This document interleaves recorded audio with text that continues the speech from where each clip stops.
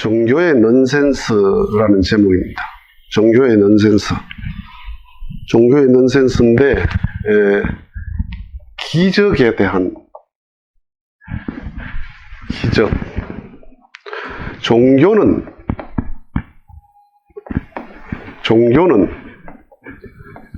질적 변화의 목적이 있지 양적 변화의 목적이 있는 게 아닙니다. 이걸 깊이 생각을 해야 됩니다. 종교를 믿으면 경제적으로 부유해진다, 혹은 병이 낫는다. 그건 양적 변화입니다. 양적 변화. 종교를 믿으면 종교를 통해서 내 마음이 변화되는 것, 생각이 변화된다. 이게 질적 변화입니다. 팔만대장경 어디를 봐도, 성경 어디를 봐도 모든 게 질적 변화입니다. 그런데 종교가 양적 변화에 치중하는 경향이 훨씬 많습니다. 종교 지도자도 그렇게 말을 하고 따르는 사람들도 그 생각으로 가는 경향이 많습니다. 그 아주 극단적인 예 중에 하나가 오병이어입니다. 오병이어.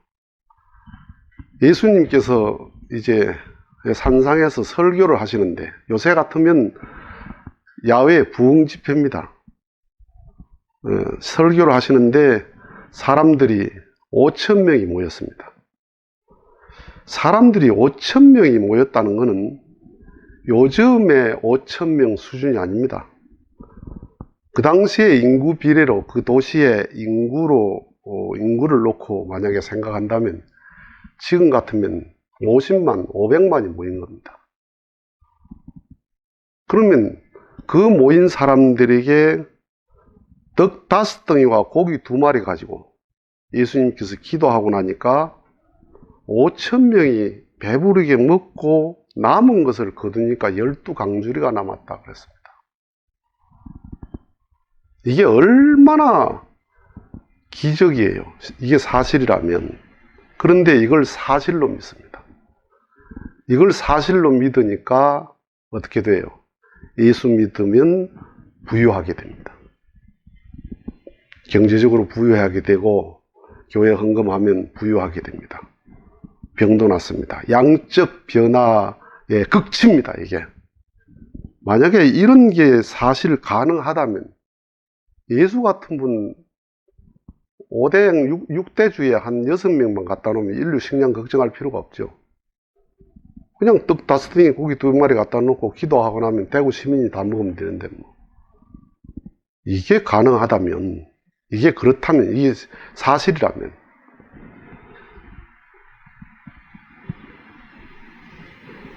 이게 사실이냐? 이게 사실이라고 믿으라는 것이 뭐냐면 이성을 포기해라 이 말입니다. 하나님을 믿고 예수를 믿는 데는 이성을 포기해야 된다. 이성적으로 접근하지 마라 아예. 그러면 그런 줄 알아라 라는 거예요. 그러면 그 이성이 포기가 됩니까? 이게 진짜일까? 그게 지금도 이런 일이 생긴다면 예수도 그럴 수 있다 그런데 예수 이후에 그런 일이 없어요. 네, 그런 사건이 없어요. 어떤 종교에 있어서 불가사의한 일들, 그런 일들은 있을 수 있습니다. 가끔. 그런데 생물학적으로 이게 삶은 생선이 새끼를 치고 구워놓은 떡이 이게 기도하고 나니까 그냥 산딤처럼 트럭으로 그렇게 불어났다. 이건 도저히 있을 수 없는 일인데 이걸 믿으라고 하니까, 그럼 믿으려니까 이성을 포기해야 됩니다. 건전한 이성을 포기해야 신앙을 가질 수 있다는 결론이 도달합니다. 그러니까 세상이 자꾸 과학이 발달하고 학문이 발달하면서 인간이 이성적화 되어 가는데, 논리와 합리화를 추구하는데 종교만이 2000년 전에 그 사건, 그런 기록을 그대로 믿어야 된다는 것은, 그렇기 때문에 종교가 자꾸만 역사적 종교로 가는 거예요. 그 상황을 한번 생각해 봅시다. 거기 5천 명이 왜 모였을까요? 돈 준다고 온 것도 아니고, 뭐 공연을 보러 온 것도 아니고, 요새처럼 아이돌이 오는 것도 아니고, 거기 5천 명이 왔다. 그 당시에 예수님이 많은 사람들에게 환영도 받았지만은 피난의 중심에 있는 사람이에요. 피난의 중심에 있는 사람인데 왜 거기 왔나? 다 예수님에 대해서 궁금함이 있었습니다. 그 당시에 방송이 있어가지고 뭐 광고를 한 것도 아니고, 입소문이죠, 입소문. 오늘 예수 온대. 누군데? 대단하대. 굉장한 분이래. 병도 낫는데. 이런 소리를 듣고 다 궁금해서 왔어요. 막 그리워서 왔다 이러기보다는 굉장히 궁금한 거죠. 궁금해서 다 와서 앉아 있는 거예요. 그런데 밥 먹을 시간이 됐습니다. 밥 먹을 시간이 되니까 집회를 시작해야 되겠는데 밥 먹을 시간이니까 제자들이 걱정을 했죠. 선생님, 이 사람들 밥 다 먹이려면 돈이 얼마 필요한데, 그러니까 예수님이 얼마 있냐 그러니까 뭐 얼마 있습니다. 제자들은 어떤 사람들이에요? 밥 때가 되면 밥을 먹어야 되는 사람이에요.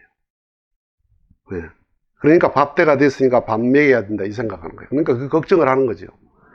이 사람들 대접을 해야 되는데 돈은 없고 어떻게 합니까? 그러면 예수님도 제자들하고 수준이 같으면 무슨 말을 했겠어요? 그래? 그러면 각자 먹고 6시까지 모이라 해라. 예수님도 그랬을 거예요. 먹어야 되는, 밥 때가 됐으니까 먹어야 되고, 먹어야만이 배부른 것이다 라는 의식이 있는 예수님 같으면 예수도 그 말에 그렇게 갔을 거예요. 예수님도 그런 수준이었으면 사람들이 오지도 않아요. 그런데 뭐라고 그러냐면 마침 어린 아이가 떡 5덩이와 고기 2마리 가지고 있습니다. 이게 뭐예요? 이게 도시락입니다. 이거 5,000명 중에 어린 아이만 가져왔어요? 여러분 자녀가 밥 시간 돼서 어디 가려고 그래. 이제 좀 있으면 밥 시간인데 밥 먹고 가야지. 밥은 어떻게 해? 그 걱정 안 합니까? 그럼 예수님 그런 집회가 그렇게 있으면은 4,999명은 맨손으로 오고 그 어린아이 한 사람이 달랑 도시락까지 왔겠어요? 제 먹을 걸? 다 가지고 왔어요. 대부분 가져왔어요. 안 가져온 사람도 많고 가져온 사람도 많고. 그럼 밥 먹고 하겠다 그러면 그 분위기가 어떻겠어요? 가져온 사람도 난처하고 안 가져온 사람도 난처하고. 그런데 예수님이 가져오너라 해가서 갖다 놓고 축사하시고 떼어주시니 그러면 그걸 갖다 놓고 축사 이랬겠어요? 축사하고 떼어줬겠단 말이에요. 축사가 뭐예요? 설교죠. 예수님의 설교를 듣고 나니까 먹고 싶은 생각 없어요. 감동적인 설교 듣기 전에는 내 도시락이야 이게. 내게 내 거예요. 감동적인 설교를 듣고 나니까 이게 내가 먹는 게 문제가 아니고 다 먹이는 거야. 너 먹어라, 너 먹어라. 안 사온 사람은 난 괜찮습니다. 먹고 왔습니다. 너 먹어라, 너 먹어라, 너 먹어라. 안 먹고 남은 게 12강설이야.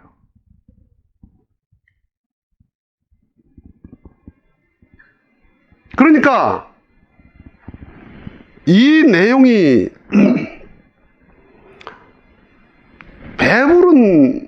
배부르다는 게 뭐예요? 먹고 배부른 게 기적입니까? 안 먹고도 배부른 게 기적이에요. 안 먹고 배부른 게 기적이지. 예수님이 한자락의 설교를 통해서 먹는 걸 초월해 버리는 거예요. 자, 이게 불가능합니까?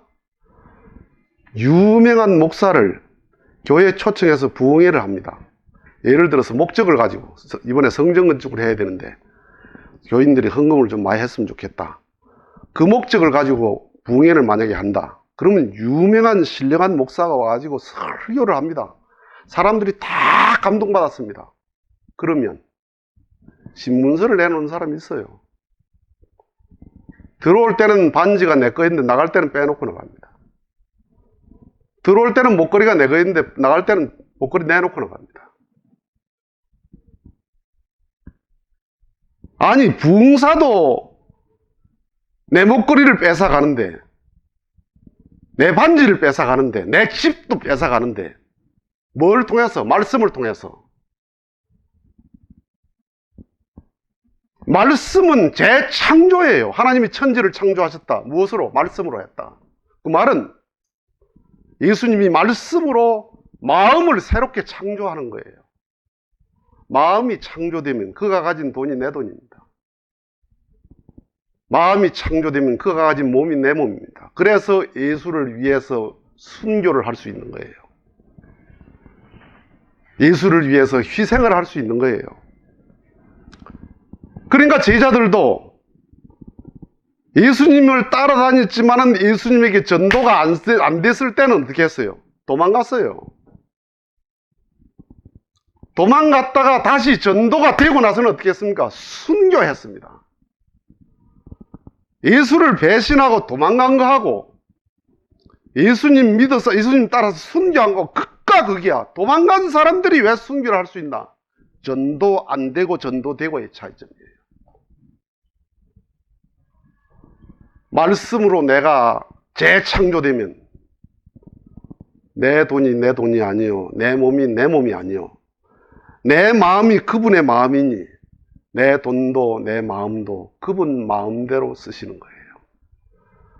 그게 기독교만 그렇습니까? 다 저 절을 지은 게 불자들이 다 그렇게 마음이 정복돼서 다 불사를 한 겁니다. 그러니까 종교라고 하는 게 마음을 창조해서 내 환경을 하나님의 것으로 창조하는 거예요. 내 소유를 하나님 것으로 창조하는 거예요. 그걸 예수님이 한자락의 설교를 통해서 5,000명의 도시락을 다 주관한 거예요. 왜? 그들의 마음을 주관하니까. 궁금해서 저분이 위대한 분이고 저분이 대단한 분이다. 그래서 궁금증을 가지고 온 그 사람들을 주관 못합니까? 나를 존경하는 사람을, 그 사람을 내가 주관 못합니까?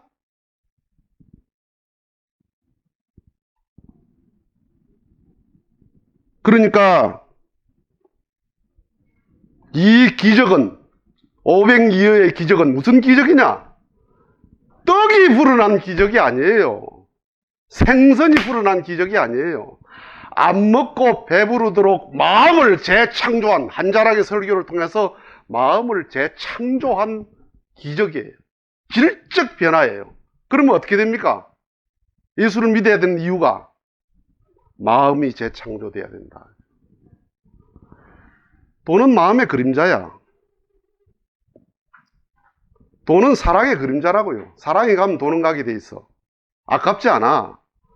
마음이 가면 돈이 안 아까워. 아, 여러분, 정말 사랑하는 사람, 존경하는 사람 밥 사주는데 밥이 아까워? 그분에게 예물 드리는 게 예물이 아까워요? 미운 놈한테는 사탕 하나도 아깝습니다. 정의 동기가 되지 않고 사랑이 동기가 되지 않으면, 감동이 동기가 되지 않으면 준다는 건 상상할 수가 없어요. 나를 궁금해하고 나를 존경하고 나를 대단하게 보는 그들에게 놀라운 말씀으로 그들의 가진 도시락을 예수님이 재창조한 거예요.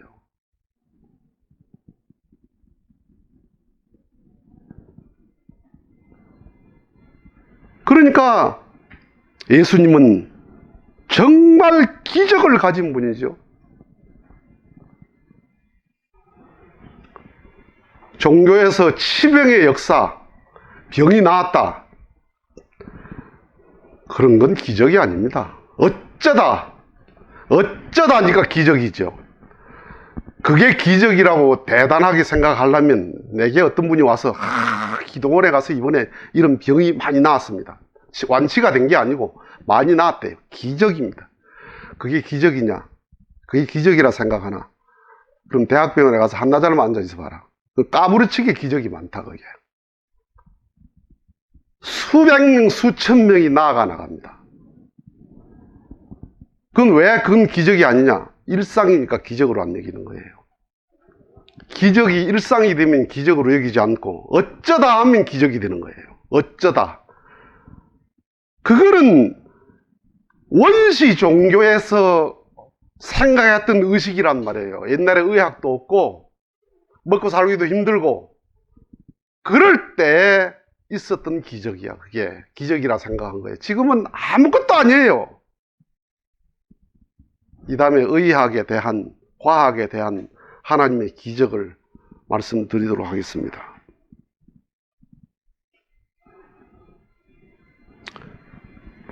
그러니까 예수님이 얼마나 기적이냐. 예수를 믿고 순교를 하도록 기적 행사하셨다. 왜? 마음이 정복되니까 내 생명까지도 주님의 것으로, 아버지의 것으로. 사랑에 감동받으면 내 것이 없어요. 사랑의 주체자 것이지. 내 시간도 공간도 전부가 그분의 것이에요.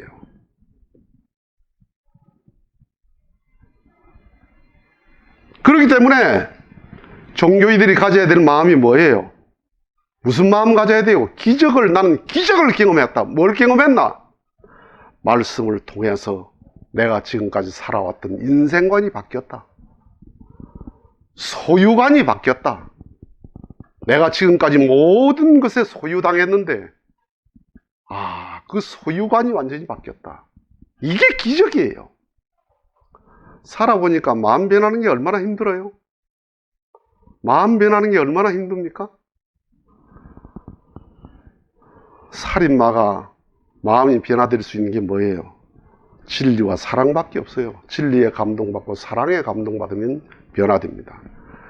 법은 죄를 더 강하게 만들어요. 복수심을 갖게 만든다고. 자, 어떤 사람이 죄를 지었습니다. 그래서 그 사람이 교도소에 들어가서 몇 년 살고 나왔습니다. 그럼 그 사람이 완전히 선한 사람으로 순화되어 나왔습니까? 그 다음에 그 사람 때문에 피해를 당한 그 사람은 저 사람 속죄했다 그 마음 같습니까? 피해를 당한 사람도 그 사람 그대로 보고 있고, 그 다음에 교도소 살고 나와도 내 마음에 그 마음이 씻기질 않아. 그런데 그 죄를 녹이는 게 뭐예요? 사랑이에요. 사랑은 죄를 녹여요. 진리는 죄를 녹여요. 그런데 법은 죄를 녹일 수 없어. 법은 절대로 죄를 녹일 수 없어. 그래서 신학, 교리, 원리 이것으로 죄인을 다스리나? 죄인을 다스릴 수는 있겠죠. 죄를 녹일 수는 없어요. 내 마음에 사랑을 경험해야 돼. 진리를 감화받아서 진리가 경험돼야 돼. 그러면 내 속에서 새 생명이 창조되죠. 하나님을 중심한 새 생명이 창조되죠. 그래서 이 성경을 그대로 믿으니까, 믿으면 어떻게 돼요? 아까 처음에 서두에 말씀드린 것처럼 건전한 이성을 포기해야 된다. 이게 사실인가? 30년, 40년 믿어도 그 생각을 벗어날 수가 없어요. 신화는 어느 종교든 있습니다. 예수님 신화, 나중에 성령 잉태에 대한 말씀도 드리겠습니다만, 그런 신화는요, 예수님보다도 더 리얼한 게 우리 당군 신화입니다. 예수님은 그래도 마리아라는 사람에게 태어났죠. 우리 당군 신화는 곰이 벌러덩 넘어져가 사람 됐습니다. 우리의 할머니가 곰입니다. 곰. 기말질은 알에서 나왔습니다. 모든 종교, 모든 성씨의 전설, 시조들의 전설은 전부가 신화예요. 석가는 어머니의 옆구리에서 나왔습니다. 더 리얼합니다. 어머니의 옆구리에 나와가지고 그대로 동서남북으로 걸어 다녔습니다. 이걸 빠져고 걸어 다녀서 서서 천상천하 유아독존 그랬습니다. 예수님은 더 리얼. 예수님은 태어나서 걷지를 못했어요. 그 신화적으로 태어난 게 아니고 그분이 위대하면 신화는 만들어지는 거예요. 그래서 오늘날 종교가 신화를 믿음으로 한다. 이 과학시대에, 그게 100년 무과학, 비과학 시대에 100년 전, 200년 전, 1000년 전 그때는 그 말이 다 사실일 수 있습니다. 왜? 사람들의 수준이 그래. 산타 할아버지가 4살, 5살 될 때까지 산타 할아버지가 계시지요. 분명히 산타 할아버지가 계셔. 지나고 보니까 저 아버지가 산타 할아버지야. 쏘갔지요. 나중에 제가 앱이 돼가지고 또 산타 합니다. 또 제 새끼 속입니다. 속고 속여. 그런데 재미있어. 어느 날 우리 아빠가 산타라는 걸 놓고 굉장히 실감해요. 그 순간에 허탈해요. 아, 엄마 아빠가 산타였구나. 그게 실망한 게 지금까지 그대로 있습니까? 내 영원한 산타가 엄마 아빠라는 게 얼마나 고맙습니까? 그래서 나도 내 새끼한테 또 산타 놀이를 합니다. 그 산타 할아버지 믿는 믿음이 오늘날 믿음이에요. 그런데 20살 되고 30살 됐는데 산타 할아버지 계신다 이렇게 생각하면 뭐예요? 그 전응하지. 그 전응하, 정신병원 가야 돼요. 오늘날 종교가 말하는 그런 기적들 사실일 것이다. 그러니까 이거는 뭐냐 하면 예수님은 그럴 것이다라는 것, 예수님은 그래야만 된다는 것, 예수님이기 때문에 그럴 수 있다는 것, 이런 함정에 빠져 있는 거예요. 그렇기 때문에 오히려 예수를 예수답게 믿는 게 아니에요. 예수님은 정말 위대한 게 뭐냐? 말 한마디로, 설교 한마디로 사람들의 목숨까지도 자기 것으로, 그의 소유까지도 자기 것으로 재창조할 수 있는, 뺏어가는 게 아니라 재창조할 수 있는 그런 능력, 그것이 예수님의 기적입니다. 그런 기적을 경험하고 예수를 믿게 됐잖아요. 돈 준다고 예수 믿습니까? 내게 돈을 줘서 예수 믿습니까? 말씀에 감동돼서 내가 예수의 사람으로 재창조된 경험을 했으면서, 그러면서 또 그걸 믿습니까?